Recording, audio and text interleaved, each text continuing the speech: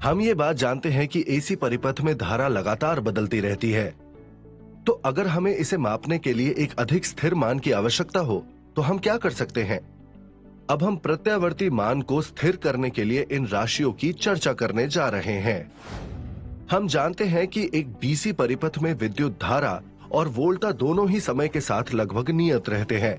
इस कारण से समय के किसी भी क्षण विद्युत धारा और वोल्टा की गणना करना आसान होता है। एक उदाहरण लेते हैं जिसमें 10 वोल्ट के डीसी स्रोत से जुड़े एक बल्ब पर विचार करें, जिसमें 2 एम्पियर की विद्युत धारा प्रवाहित हो रही है। इस प्रकार कुल शक्ति की गणना आसानी से की जा सकती है, वोल्टा को धारा के साथ गुणा करके। पावर बराबर है 10 वोल्ट इंटू 2 एम्पियर के, जो हमें 20 वॉट देता है। इसलिए किसी भी क्षण बल्ब द्वारा उपयोग की गई शक्ति 20 वॉट के बराबर होती है। अब वही उदाहरण एक परिवर्तन के साथ लेते हैं, जिसमें 10 वोल्ट डीसी स्रोत के बजाय हम 10 वोल्ट एसी स्रोत का उपयोग करेंगे। हम सभी जानते हैं कि प्रत्यावर्ती धारा परिपथ में समय के साथ धारा और वोल्टा का मान लगातार बदलता रहता है। इसीलिए किसी भी क्षण गणना की गई शक्ति पूरे समय समान नहीं होगी। एसी शक्ति को डीसी शक्ति के समान रूप में व्यक्त करने के लिए धारा का एक विशेष मान परिभाषित और उपयोग किया जाता है। इस वीडियो में हम प्रत्यावर्ती धारा के औसत या माध्य मान के बारे में अध्ययन करने जा रहे हैं। एक प्रत्यावर्ती धारा या एसी वह धारा होती है जिसकी आवर्ती रूप से परिमाण और दिशा बदलती रहती है।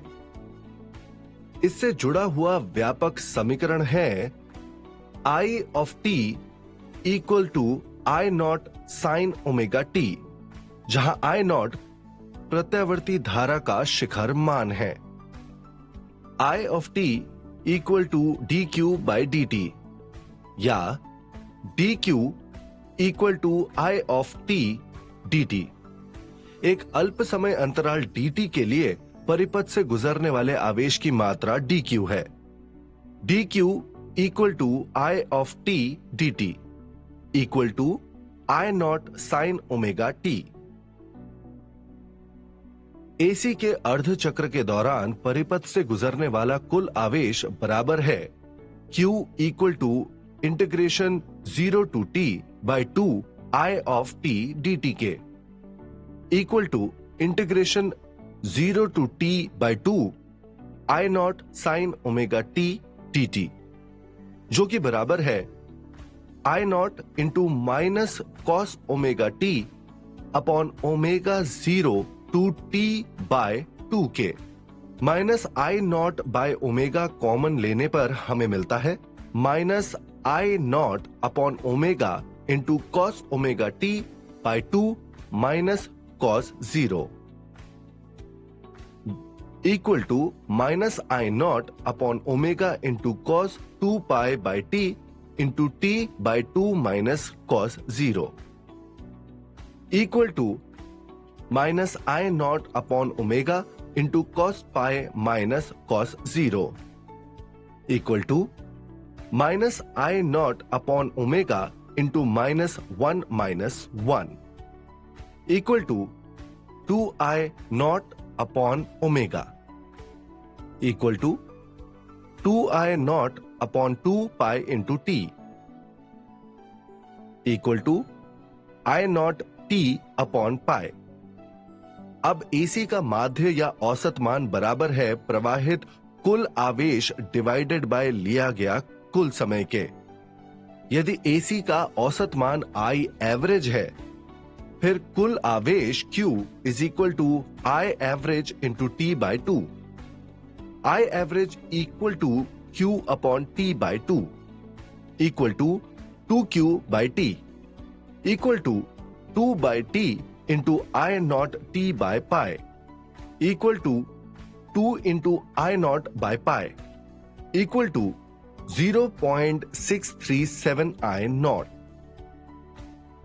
एसी का औसत मान is equal to 0.637 into AC का शिखर मान। चक्र के पहले भाग के लिए आई एवरेज होगा प्लस 0.637 आई नॉट और अगले अर्ध चक्र के लिए ये होगा -0.637 I नॉट। इस प्रकार एक पूर्ण एसी का चक्र का औसत मान 0 होता है। औसत वोल्टा E एवरेज निम्न द्वारा दी जाती है 2E नॉट बाय पाई, जो कि बराबर है 0.637 E नॉट के। सारांश।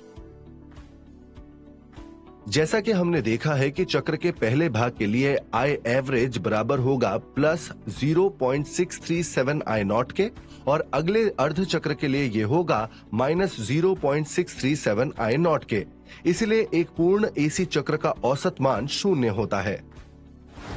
हमारे घरों में उपयोग होने वाली विद्युत वास्तव में कई किलोमीटर दूर उत्पन्न होती है, इसलिए हमें एक इस प्रकार की धारा की जरूरत होती है जो इस दूरी को तय करने में ऊर्जा का ज्यादा क्षरण ना करे, और उसके लिए हमने प्रत्यावर्ती धारा को चुना।